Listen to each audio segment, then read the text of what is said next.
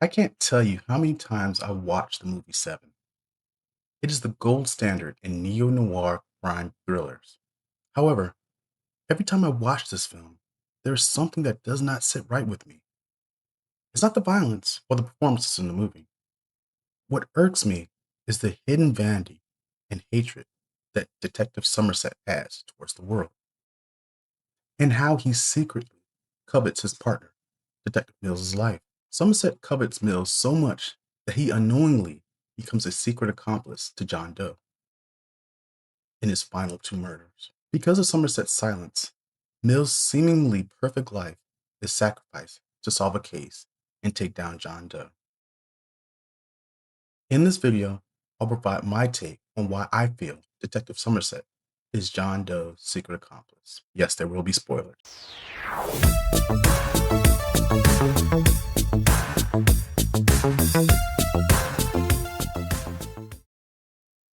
Somerset is methodical, exacting, narcissistic, but not patient. In the film, Somerset is 7 days away from retirement.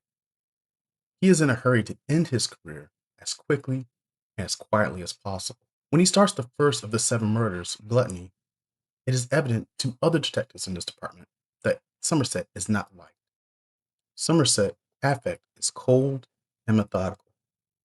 Every detail is controlled.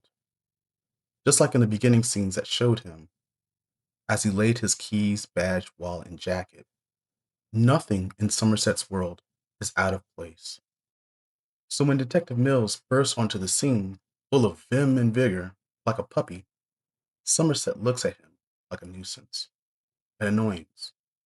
It is obvious Somerset likes to be alone, to work alone, and Mills is going to make his final 7 days unforgettable.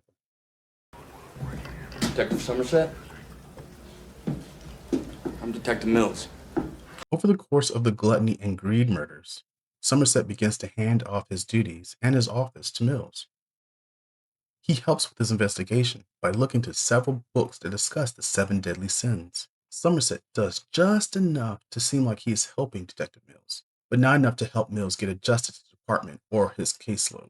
It's the equivalent of someone hanging off a cliff for dear life, and you half-heartedly reach out your hand to help them when there's a rope or rock climbers pick nearby. Somerset enjoys being around. He enjoys being needed on his terms and at his specified time. Mills is eager to make an impression on Somerset. Mills is not book smart. However, he is a man of action and a man who is ruled by his emotions. Mills has empathy, but he's incredibly passionate and emotional. Mills is also not one to be pushed around by Somerset, and Somerset picks up on this early on. Look, it would be great for me if we didn't start out kicking each other in the balls. Somerset is used to pushing people away when he wants a desired effect, which he will explain to Mills' wife later on in the tale. The only ray of sunshine in the film Seven. It is at this time that Mills gets a call from his wife, Tracy. She has heard all the stories about Somerset from her husband. She is the only one who truly bridges the divide between the two partners. Tracy is someone who does not take no for an answer, and she invites Somerset to dinner, an event that Mills is apprehensive about and does not want to have. It is at this dinner, before Somerset and Mills step through the door, we see who and what Tracy is. She is someone who cares very deeply, not only for herself, but for others. Tracy is someone who asks what Somerset's first name is. Even though Mills has been working with Somerset for 2 days, he never even bothered to ask his name. And Somerset never cared to know Mills's first name. Tracy picks up on this, and she treats the pair like children. As she often explains later in the film, she used to be a teacher. It is at this dinner meeting that we find out that Somerset once had a relationship. It is also at this meeting we see the first laugh from Somerset, as the Mills family were the unfortunate victims of being sold an apartment over a train station. The train periodically shakes the home, and the group, especially Somerset, laugh hysterically. Everything about the scene is bright. Even the lighting is probably the brightest aside from the ending.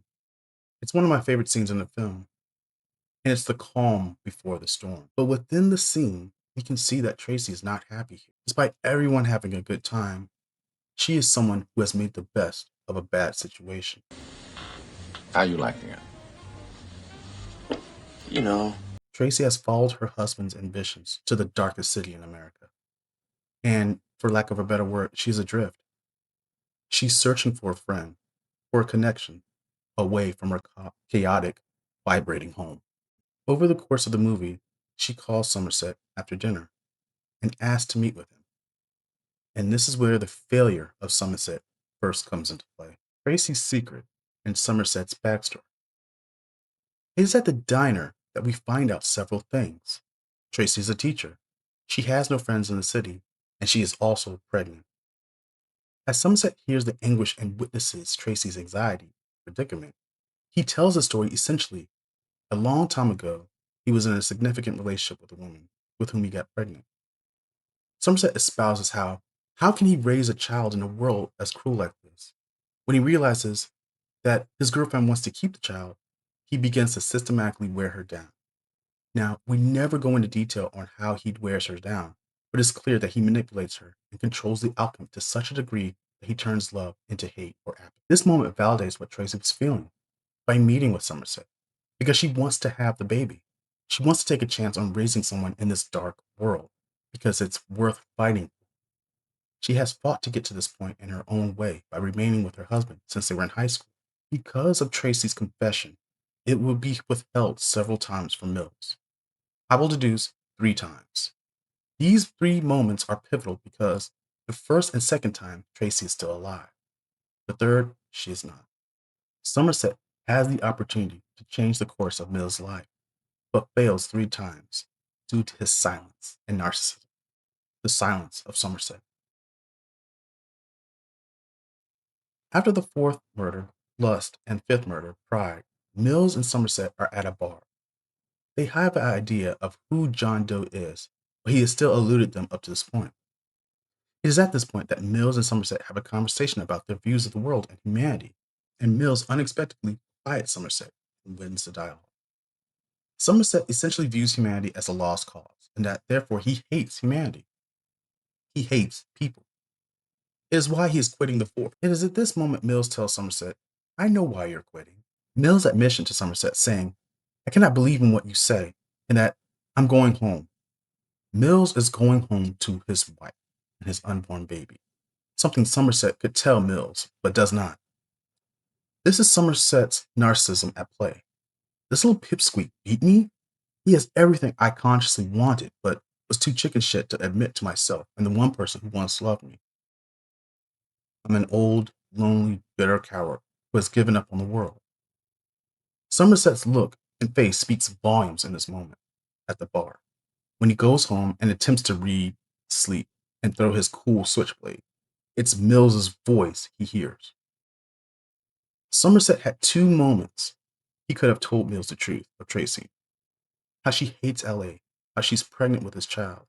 He could have told Mills at the bar and left as the individual with the last word of the argument, but he did not.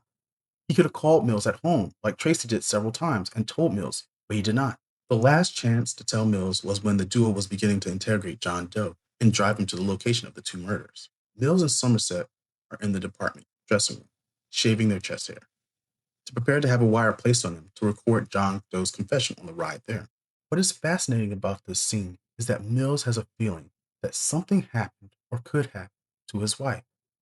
He does not explicitly say it, but that's what's interpreted.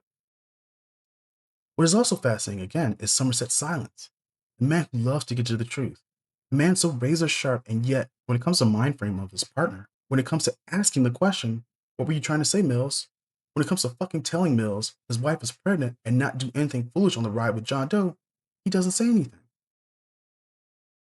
Even if all of this is too late, just the complete silence and failure of Somerset is baffling. In closing, Somerset admires intelligent thought, critical thinking, and details. More specifically, the truth. He is someone who's fascinated by John Doe because they both, in some weird way, are similar. They love to control the parameters of their environment, and they love to have the upper hand, no matter the cost to those around them. It is in Somerset's silence, when it comes to speaking honestly and truthfully with his partner Mills, that is the most disappointing to me, and it is also the reason why I love this film.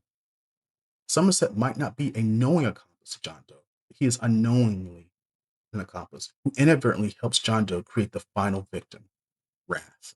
The look on Brad Pitt's face to Morgan Freeman as Kevin Spacey says the words is heartbreaking. For the life of the baby inside of her.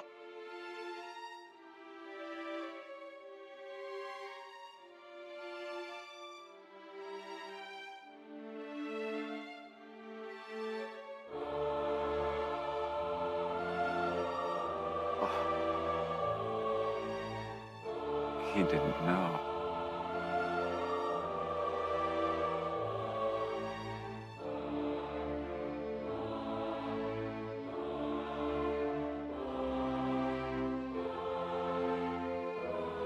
Give me the gun, David. It's a look that says, you knew all along. You knew and you didn't tell me? You knew, fuck, why didn't Tracy tell me? Why the fuck was I away from home while she was lonely and pregnant and needed me?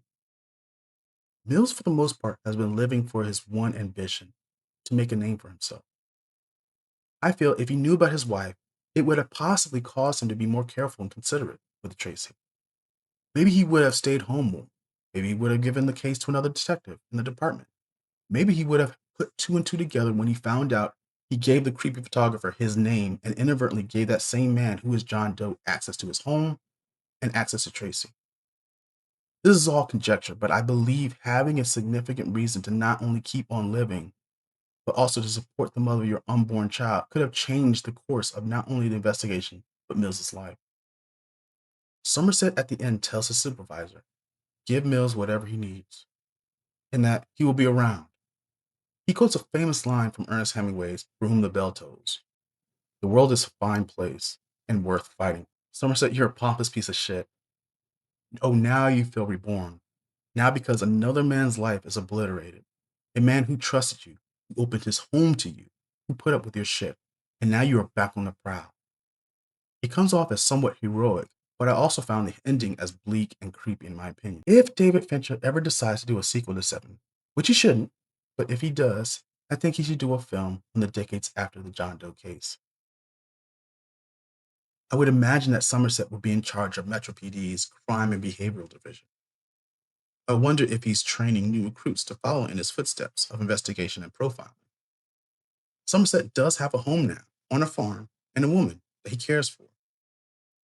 Somerset also has a star pupil, a cadet who looks very similar to Tracy Mills. She is methodical and exacting and patient, and she soon learns that her classmates are being hunted down and killed one by one in gruesome ways. The murders look somewhat similar to the John Doe murders from decades before. However, the culprit leaves a little signature at the crime scene. These signatures or mementos are callbacks to a discussion with a certain young detective back in the 90s. And Somerset has to face his fear and hunt down or be hunted by the killer. I personally would call the film Judas, but that's just me. Yes, a little cliche and a little ham-fisted, but it would be a nice kind of send-off to the conclusion of Se7en. Well, that's all I got. If you like what I had to say, feel free to like, share, and subscribe, and let me know your comments below. Have a great day. Take care of yourself and each other. Cabs out.